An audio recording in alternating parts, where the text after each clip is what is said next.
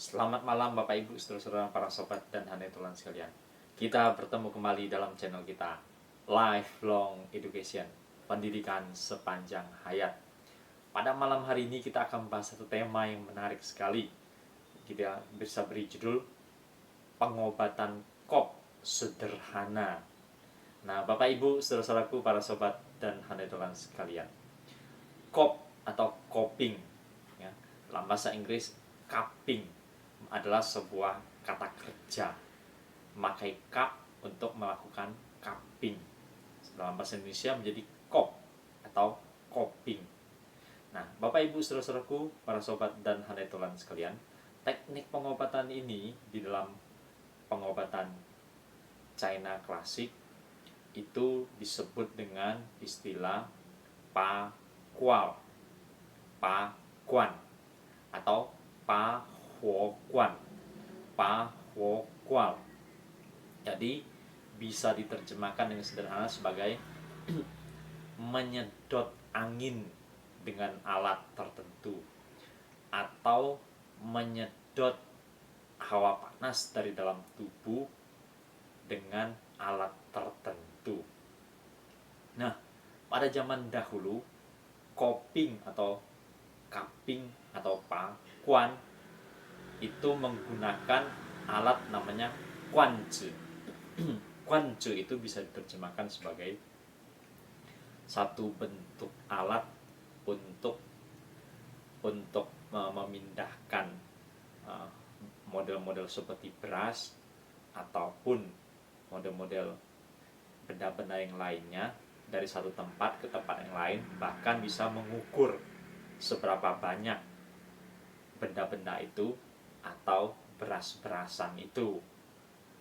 Nah, Bapak Ibu, saudaraku, para sobat dan hanetolan sekalian, dari alat yang sederhana itu, yang zaman sekarang kita bisa pahami aja sebagai seperti kaleng makanan, kaleng ikan sarden yang kepalanya besar, permukaannya, lubangnya besar.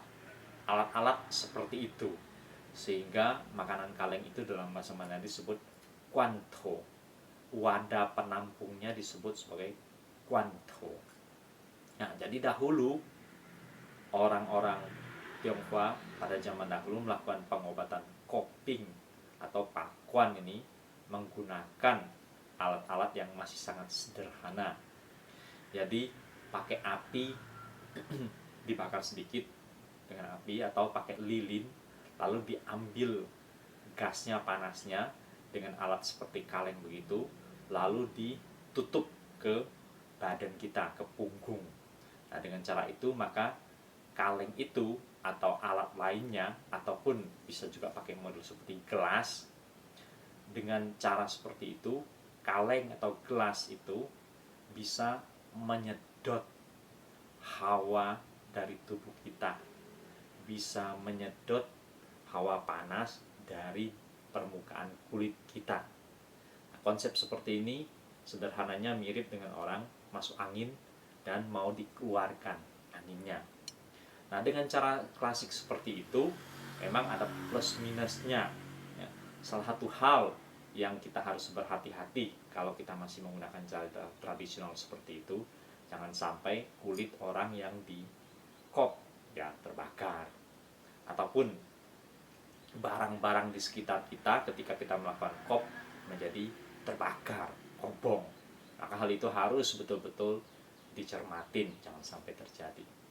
Dalam kemajuan pengobatan Chinese, seturut dengan kemajuan teknologi sampai zaman sekarang, maka pengobatan kop pakuan ini menjadi juga mengikuti kemajuan zaman, sehingga zaman sekarang Bapak Ibu dan saudara-saudara sekalian tidak perlu lagi menggunakan yang tradisional model pakai api ya, atau pakai lilin, tapi kita bisa membeli alat yang sangat sederhana dan harganya pun tidak mahal, bisa di bawah 150.000 ya, model seperti ini ya, model seperti ini ya, permukaannya seperti ini ya.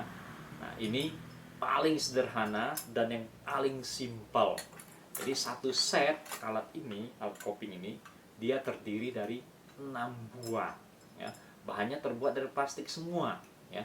Dimana permukaannya, ukuran diameter, ukuran lingkarannya itu berbeda-beda, dari yang kecil menjadi lebih besar, lalu menjadi lebih besar lagi, dan ada 2 yang cukup besar, paling besar ini. Jadi dengan alat ini kita tidak lagi menggunakan api, tidak lagi menggunakan model tradisional yang bisa berakibat terjadinya kebakaran. Dengan alat ini maka dia menjadi melakukan melakukan pakuan menjadi simpel sekali. Dengan alat-alat seperti ini yang paling sederhana 6 buah, kita bisa menyedot, melakukan coping sederhana. Jadi barang ini kita kunci dulu, lalu dengan alat penyedot atau semacam pompa tarik ditusukkan ke sini dan dilekatkan pada kulit kita, permukaan kulit, baik di kaki atau di punggung.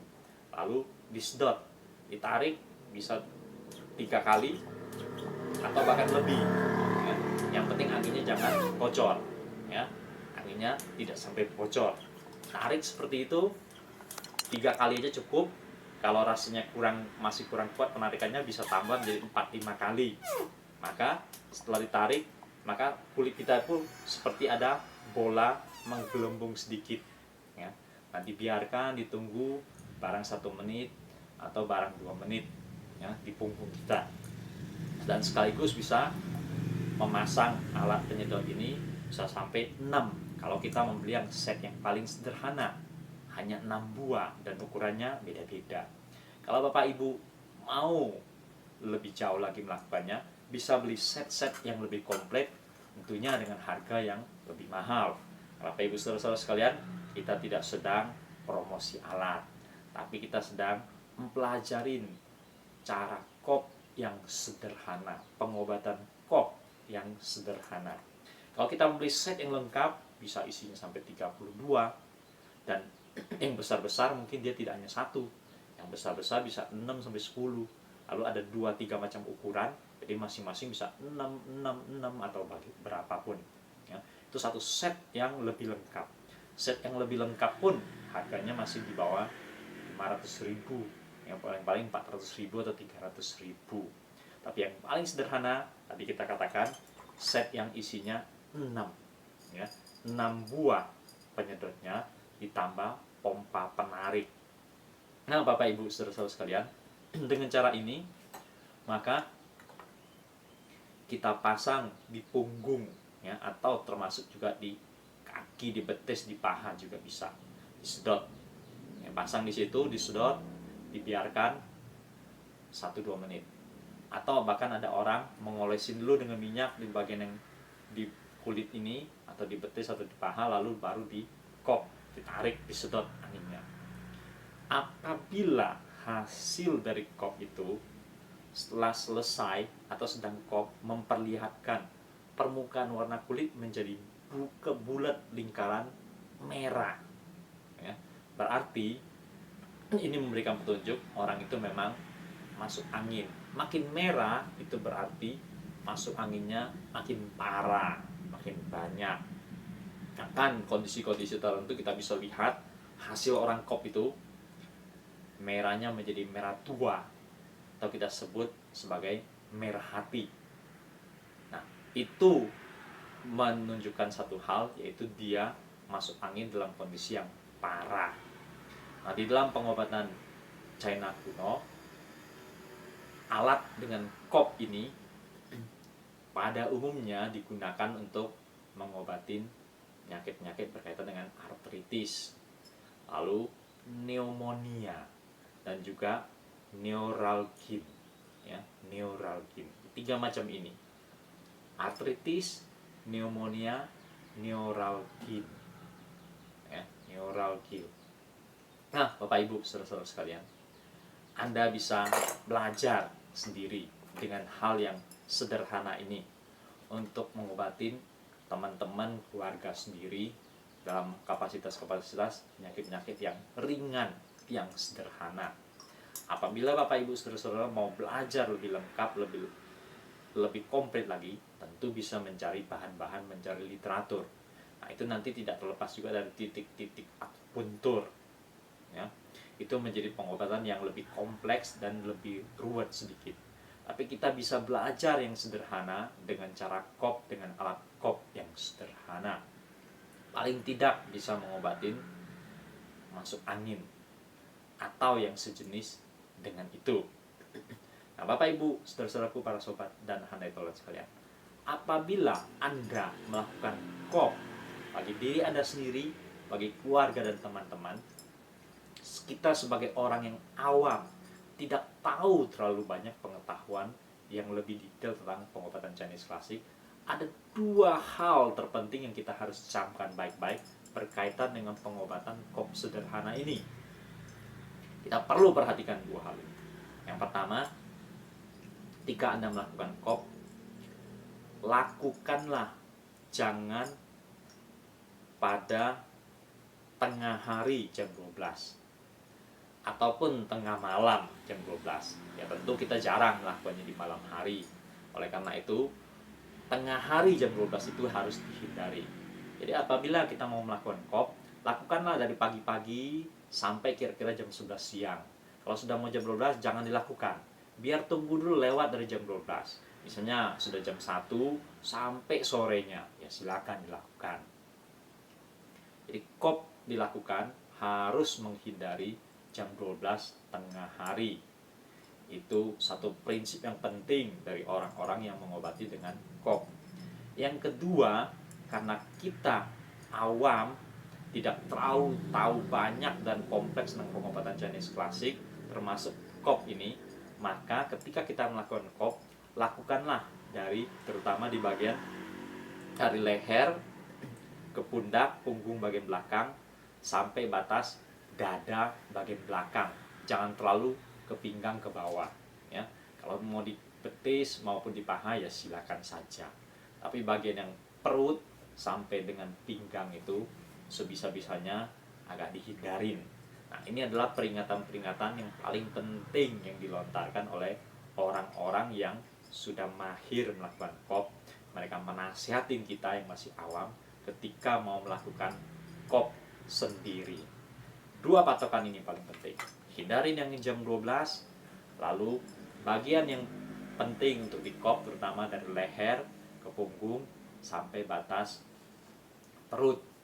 Batas kalau sederhananya bagi yang perempuan ya batas memakai bra di bagian punggung belakang. Batas itu aja, jangan terlalu ke bawah. Nah, Bapak Ibu saudara-saudaraku, para sobat dan handai toleran sekalian, kiranya pengobatan kop sederhana ini bisa bermanfaat bagi kita, bagi diri sendiri, bagi keluarga, dan bagi teman-teman.